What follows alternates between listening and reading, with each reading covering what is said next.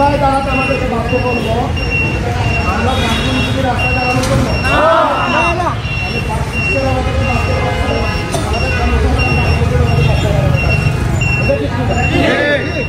এই বিষয়ে আমরা 9 তলা কমিশনার মহোদয়ের সাথে আলোচনার পর আমি ব্যক্তিগতভাবে 10 তলা থেকে 20 তলা পর্যন্ত আমি প্রয়োজনে ফ্রেশ ক্লাবে যাবো, প্রয়োজনে আমি আগারগাঁও ঘেরাও করবো।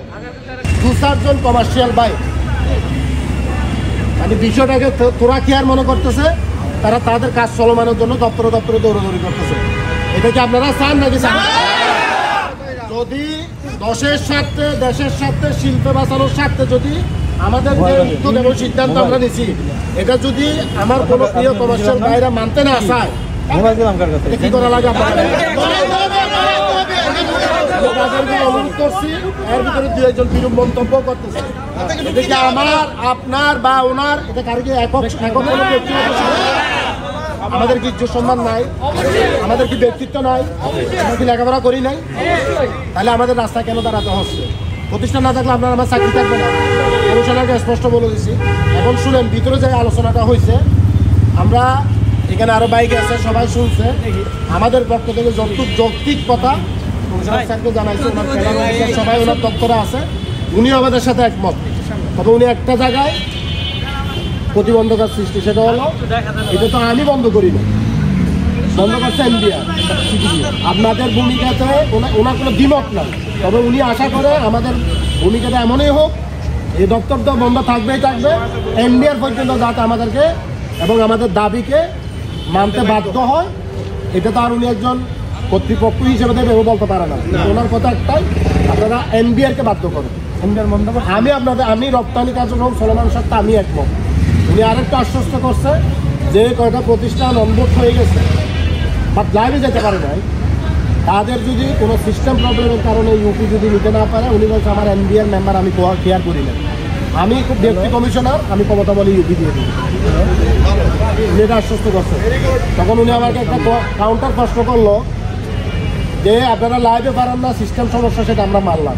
আমার 600-র উপরে প্রতিষ্ঠান এই দপ্তরে ইউপিতে অ্যাক্সেসরিজ, তো আপনারা তো সবাই অনবোর্ড করেন না। আমি তো স্যার অনবোর্ড না হওয়ার কারণে একটাই, আমি 7 দিন 8 দিন 10 দিন অক্লান্ত পরিশ্রম করে সকল তথ্যপত্র নিয়ে আমি ইনপুটটা দিই, আমি সাবমিট করি।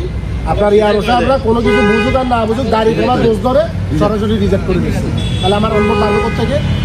উনি সাথে সাথে বিষয়টাকে খুব ডিপ নিছে এবং সকল অফিসারকে বলে দিচ্ছে কোনো কোনো ফাইল রিজেক্ট করতে পারবে না।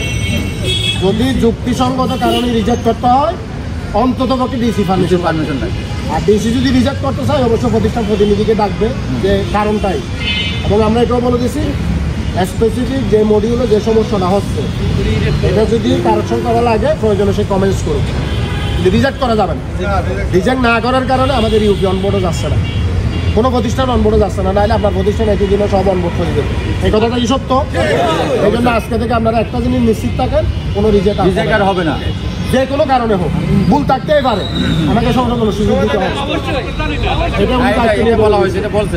আমরা আমাদের মতো করে একটাই দাবি, আমি করজোর মিনতি করে আপনাদেরকে বলছি, কোনো কমার্শিয়াল বাই এই যৌক্তিক দাবিকে অ্যাভয়েড করে কেউ যদি উপরে যান, আমি ব্যক্তিগত দায়িত্ব নিয়ে বলছি, আমি আপনাদেরকে পার্সোনালি হ্যারাসমেন্ট করবো। সোজা কথা। এখন ভদ্রভাবে বলি, যদি না শুনেন, যদি আমাদের এই দাবি আদায়ের জন্য যদি কোনো কমার্শিয়াল ভাই আমাদের বিপক্ষে গিয়ে কাজ করে, তার গায়ে যদি হাত তোলা লাগে, আমি দায়িত্ব নেব। আমার দাবি আদায় হতে হবে, শিল্প বাঁচতে হবে। দেশে বৈশ্বিক যে অর্থনৈতিক ক্রান্তি লগ্ন, দেশের যে ডলারের যে ক্রাইসিস, এই অবস্থায় এই দেশের ডলার অনেকে এক রেমিটেন্স যুদ্ধ, এক গার্মেন্টস শিল্প, আর কেউ আছে? আপনি সে প্রধান কাজ যেখানে দেশের 84% জিডিপির অবদান রাখে এই শিল্প, আপনি সেই শিল্পকে বন্ধ করে দিবেন আপনার সিস্টেম ফলসের কারণে?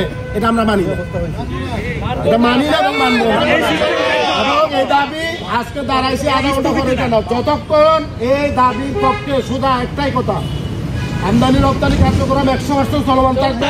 এই অফলাইন হোক, এই অনলাইন হোক, এই ম্যানুয়াল হোক, এটা দেখার বিষয়। আর দ্বিতীয়ত হচ্ছে তাদের যে সফটওয়্যার, যে জটিলতা তারা তৈরি করে রাখছে এটা সহজতর করতে হবে, এটা সহজতর করবে। আর আমাদের আপনি অফলাইন দেন না অনলাইন দেন না ম্যানুয়ালি দেন, এটা আমার কাছে প্রমাণ থাকতে হবে।